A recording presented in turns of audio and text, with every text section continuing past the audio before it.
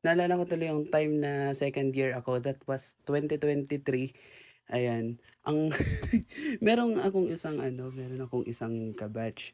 Ano kasi yun, may presentation kami, case presentation namin whole day tapos yun, absent siya. Pero dumating siya nung bandang hapon na mga bandang 3:00. During that time kami ang nagpe-present. So nakaharap kami sa mga ano namin, sa mga instructor kasama ng mga kagrupo, kasama ko sa nagpe-present. Ngayon itong guy na 'to bigla siyang dumating 3:30, umiiyak. Tapos naman ano siya, tawag dito, iyak talaga siya ng iyak tapos nakiusap na siguro late. Kasi kapagka late ka nung time na yon is parang absent na, eh, tapos hindi ka nakapag-present, 'di ba? Case presentation yon, mahalaga yon. Hindi siya na-late siya, 3:00 ng hapon na siya nakapasok.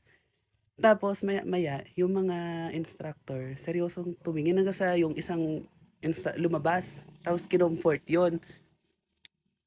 Yung isang instructor lumabas tapos kinomfort yon. Tapos may dinadial sila sa cellphone. Tapos habang dinadial nila nakasilip sila sa akin sa bintana.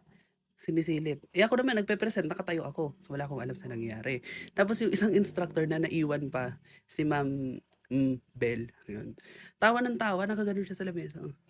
Tumatawa siya lang yung kaisa-isang tumatawa, lahat sila seryoso na, siya na yung kaisa-isang tumatawa. So, during that time sabi ko, hindi ko alam anong nangyari. O right after mag-present, nagsilabasan na kami. Nagsilabasan na kami ng room kasi ibang group na magpe-present. Ngayon pagkalabas ko, yung guy na umiiyak dumaan sa harapan ko. Sabi sa akin, umiiyak talaga siya. Tapos sabi niya, ano, "Hindi mo nga ako inalagaan, eh." Gaganon-ganon siya sa harapan ko. Sabi ko, "Hindi mo nga ako inalagaan." Sabi ko, tingin natin niya tatay niya ako, sira ulo. Tapos ayun talaga, hindi ko makalimutan talaga yung araw na yun talaga. Tapos tapos si ma'am ano, tawa ng tawa talaga.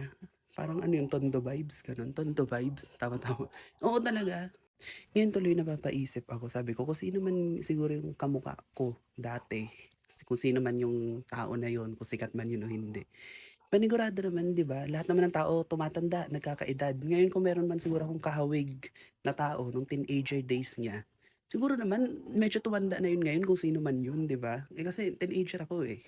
Eh, kung halimbawang kahawig ko nga yun, yung teenager niya kung sino man yun, malamang siguro naman nagkaedad na yun ngayon 'di ba, nag-matured naman na yung mukha. Ano yun, hindi tumanda 'di ba, hello. Oo talaga, pagkalabas ko ng room dumaan siya sa harapan ko, yung guy na umiyak sabi niya sa akin, "Hindi mo ako inalagaan." Minatahan pa talaga ako, inay to ay pa talaga ako, talagang ipinunto na ako, sinasabi sa gago. Tago na lang natin siya sa pangalang Jeroa, Jeroa. Itago natin siya sa pangalang gano'n. Akala ata yung tatay niya ako, kalokohan. Tapos habang may dina-dial sila, seryoso sila ni sir nagda-dial. Nakatingin sa akin, akala ata tutunog yung cellphone ko. Hello, hindi ako nakikiganyan-ganyan 'no.